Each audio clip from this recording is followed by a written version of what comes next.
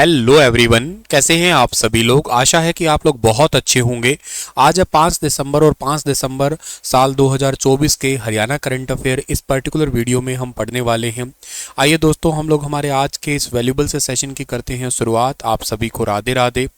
मेरे प्यारे दोस्तों, कल आपसे एक सवाल पूछा था मैंने। उस सवाल का ठीक जवाब क्या होगा कि अभी हाल ही में इजरायली रिसर्चर ने एक कंप्यूटर विकसित किया है जो कि कंप्यूटर को सेंट्रल प्रोसेसिंग यूनिट यानी कि सीपीयू की आवश्यकताओं को दरकिनार करते हुए सीधे मेमोरी में डेटा प्रोसेस करने में सक्षम है।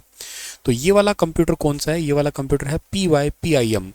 पी वाई का मतलब क्या है? पी वाई का मतलब है यहाँ पे पाइथन है, ठीक है ना। पी वाई का मतलब पाइथन प्रोग्रामिंग लैंग्वेज है कि एक्चुअली याद रखना आप लोग। और पी आई एम जो है ना, ये क्या है सर? ये है प्रोसेसिंग इन मेमोरी, ठीक है ना। ये क्या है सर? ये है basically processing in memory processing in memory, ये है इसका मतलब। तो मतलब जो प्रोसेस एक्चुअली सीपीयू में होता है ना, वो सेम प्रोसेस अब जो है ना मेमोरी में ही हो जाएगा। यही है एक्चुअली इसका सीधा सा मतलब, ठीक है। और आप लोग अगर स्टार IQ एप्लीकेशन पे पढ़ना चाहते हैं, प्रतिज्ञा बैच लेना चाहते हैं तो ले सकते हैं, ठीक है। अगला सवाल आपके लिए है कि अभी रिसेंटली मुख्यमंत्री नायब सिंह सैनी के chief principal secretary Rajesh Khullar को कितने विभागों की जिम्मेदारी मिली है? तो मुख्यमंत्री नायब सिंह सैनी के चीफ सेक्रेटरी प्रिंसिपल सेक्रेटरी जो है ना राजेश खुल्लर, इनको भी हाल ही में 21 डिपार्टमेंट की जिम्मेदारी मिली है, जो कि काफ़ी बड़ी बात है। हरियाणा के मुख्यमंत्री को अभी रिसेंटली जो है ना राजेश खुल्लर, मतलब मुख्यमंत्री के जो chief principal secretary Rajesh Khullar है ना, इनको 21 विभागों की जिम्मेदारी मिली है।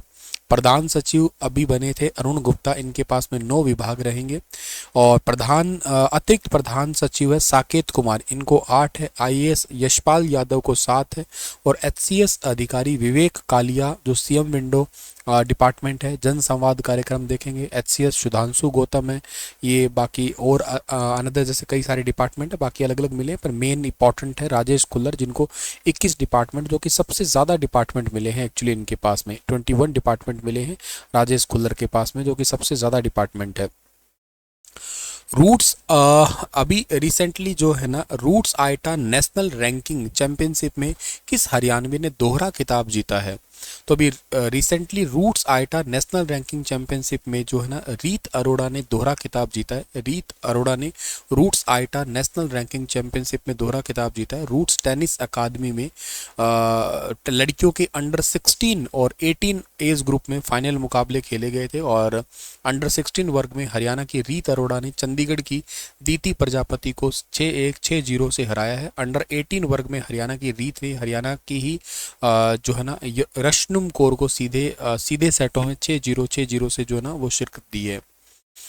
भारत और वियतनाम के बीच में अभी रिसेंटली द्विपक्षीय सेना अभ्यास हुआ था, विनबैक्स 2024। ये अभी किस जिले में हुआ था? ये अंबाला डिस्ट्रिक्ट के अंदर हुआ था विनबैक्स, और मैंने आपको पहले भी इसको करवाया था। तो पहली बार इस अभ्यास में भारत और वियतनाम की थल सेना और वायु सेना दोनों के कार्मिक शामिल जो है ना हो रहे हैं।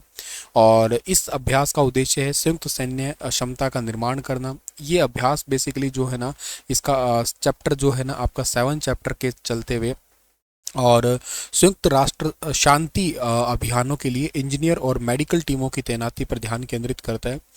मानवीय सहायता एवं आपदा राहत प्रदर्शन और उपकरण प्रदर्शन सहित 48 घंटे का सत्यापन अभ्यास, और इसके साथ साथ जो है ना कई सारी टुकड़ियां इसमें जो है ना वो काम कर रहेंगी। तो विनबैक्स 2024 अंबाला के अंदर हुआ है, याद रखना आप लोग। कौन हरियाणवी सिंगापुर में एशिया के टॉप रिसर्चर चुनी गई है? तो अभी रिसेंटली सिंगापुर में एशिया के टॉप रिसर्चर चुनी गई है डॉक्टर दीक्षा आर्या। सिंगापुर का कैपिटल सिंगापुर सिटी है, याद रखना आप लोग। और ये टॉप रिसर्चर चुनी गई है दीक्षा आर्या, डॉक्टर दीक्षा आर्या। रणजी ट्रॉफी में एक पारी में सभी 10 विकेट लेने वाले पहले हरियाणवी बॉलर कौन बने हैं? तो ये पहले हरियाणवी बॉलर बने हैं, इनका नाम है अंशुल कंबोज बने हैं ये।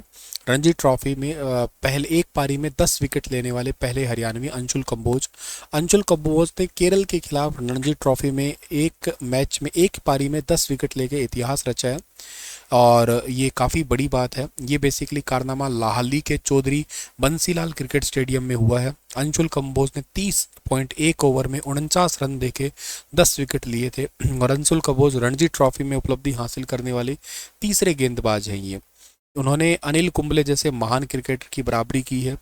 और अंशुल कंबोज ने साल 2023-24 में विजय हजारे ट्रॉफी में हरियाणा की जीत में भी एक अहम भूमिका निभाई थी। दिलीप ट्रॉफी में भी शानदार प्रदर्शन किया था ये। और अंशुल कंबोज को आईपीएल 2024 में मुंबई इंडियंस टीम जो है ना इन्होंने चुना था तो काफ़ी इंपॉर्टेंट बात है। और इसके अलावा जो है ना रणजी ट्रॉफी टूर्नामेंट के इतिहास में तीसरी बार ऐसा हुआ है 10 विकेट वाला। बंगाल के तेज गेंदबाज प्रेमागंसु चटर्जी एक पारी में सभी 10 विकेट लिए थे 1956-57 के रणजी सेशन के अंदर। आसाम के सभी 10 विकेट लिए थे। और इसके अलावा राजस्थान के प्रदीप सुंदरम दूसरे खिलाड़ी थे जिन्होंने 1985-86 के रणजी ट्रॉफी में विदर्भ के सारे 10 विकेट लिए थे। और तीसरे खिलाड़ी अब हरियाणा के अंशुल कंबोज हो गए हैं। तो टोटल 3 खिलाड़ी है जिन्होंने ऐसा किया है ये। और लेग स्पिनर सुभाष गुप्ते ने 1954 में बॉम्बे के लिए खेलते हुए पाकिस्तान सर्विसेज और इसके अलावा जो है ना वो बहलवालपुर क्रिकेट क्लब के 10 विकेट लिए थे। लेग स्पिनर अनिल कुंबले ने ऐसा किया था वैसे 1999 में न्यू दिल्ली के अंदर पाकिस्तान के खिलाफ 10 विकेट लिए थे उन्होंने। और 2001 में दिलीप ट्रॉफी मैच में ईस्ट जोन के लिए खेलते हुए उड़ीसा के मीडियम प्रेसर जिसका नाम है बासिस मोहंती, इन्होंने भी साउथ जोन के लिए सभी 10 विकेट लिए थे। तो ऐसे मतलब और भी खिलाड़ी रह चुके हैं लेकिन काफ़ी ज़्यादा इंपॉर्टेंट खिलाड़ी का नाम फिलहाल आपको जो याद रखना है हरियाणा के अंशुल कंबोज है, ये जरूर याद रखना आप लोग, ठीक है। तो रणजी ट्रॉफी किस गेम के लिए होता है सर? रणजी ट्रॉफी क्रिकेट के लिए होता है, ये याद रखना आप लोग, ठीक है ना, क्रिकेट के लिए है। और इस ऑप्शन में ना एक और इंपॉर्टेंट नाम है यजुवेंद्र चहल। यजुवेंद्र चहल हरियाणा में कहाँ से है? तो मैंने शायद अभी आपको थोड़े टाइम पहले ही एक क्वेश्चन पढ़ाया था कि ये हरियाणा के जींद जिले के रहने वाले हैं, जींद जिले के। और इनको अभी रिसेंटली आईपीएल के लिए भी चुना गया है और जींद जिले के हैं। अच्छा, जींद की एक छोटी सी बात आप याद रखना कि जींद हरियाणा का हृदय कहलाता है। जब हरियाणा बना था ना उस टाइम पे टोटल 7 जिले थे। मैंने आपको एक ट्रिक से याद करवाया था, कागज अमर है, ठीक है ना, कागज अमर है ऐसे करके मैंने आपको याद करवाया था, ये आपको शायद याद होगा। और इसी के चलते हुए जिसमें आपका जींद जिला है ना, जींद ये सबसे छोटा जिला था। छोटे बच्चों को आप दिल से लगा के रखते हैं तो ऐसे करके आप लोग लिंक बना सकते हो कि ये हरियाणा का सबसे छोटा जिला। अच्छा, उस टाइम पे सबसे बड़ा जिला कौन सा था? उस टाइम पे सबसे बड़ा जिला जो था ना वो था हिसार जिला था, सबसे बड़ा उस टाइम पे हिसार था, ये याद रखना आप लोग, ठीक है। तो ऐसे लिंक कर सकते हैं आप लोग चीज़ों को। सो प्यारे बच्चों, आज का करंट अफेयर सेशन इतना ही है। आपके लिए क्वेश्चन छोड़ के जा रहा हूँ कि अभी हाल ही में प्राप्त जानकारी के अनुसार निम्नलिखित में से किस संस्थान को क्यूएस रैंकिंग के अंदर भारत का टॉप रैंक इंस्टीट्यूट का दर्जा मिला है? बताइए, आप टॉप 3 बता सकते हैं आप भारत के कौन से हैं और दुनिया में टॉप 3 कौन से हैं, ये भी आप मुझे बता सकते हैं।